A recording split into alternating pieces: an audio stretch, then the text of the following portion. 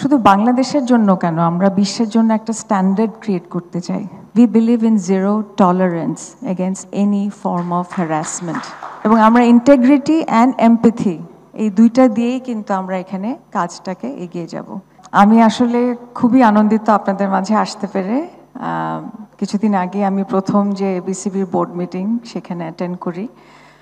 আমি খুবই অনার্ড যে আমাকে এই রোলটা দেয়া হয়েছে বিসিবির ডিরেক্টর হিসাবে, এবং আমি এটা পাওয়ার সাথে সাথেই আমি দেখছি যে অনেক এনথুজিয়াজম আছে, অনেক ডেডিকেশন আছে কিন্তু এই পুরো বোর্ডের, যাতে আমরা এই ক্রীড়াকে, যেটা আমাদের আসলে একটা ঐক্যের প্রতীক, তাকে যাতে আমরা সামনে এগিয়ে নিয়ে যেতে পারি। এবং আমরা শুধু বাংলাদেশের জন্য কেন, আমরা বিশ্বের জন্য একটা স্ট্যান্ডার্ড ক্রিয়েট করতে চাই, তাই না? আমরা সবাই কিন্তু এখানে একত্রিত হয়েছি যাতে আমরা আমাদের যে মান আছে সেটাকে আমরা আরও বাড়াতে পারি। আপনার এটা নারী হোক পুরুষ হোক, তাদেরকে আমরা কি করে right platform, right infrastructure, right training এবং রাইট যে মেন্টাল রেজিলিয়েন্সের জন্য যে ধরনের সিকিউরিটি, সেফটি এবং কন্ডিশনিং দরকার আছে, সেটা আমরা যাতে দিতে পারি।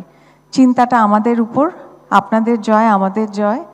সেজন্য আমরাও চেষ্টা করব ফুল হার্টেডলি কিভাবে আপনাদেরকে সাপোর্ট দিতে পারি। আজকে আমি এখানে শুধু একজন যে বিসিবির ডিরেক্টর হিসাবে দাঁড়িয়ে আছি তা কিন্তু না, আমি একজন নারী হিসাবেও এখানে আছি আপনাদের সামনে।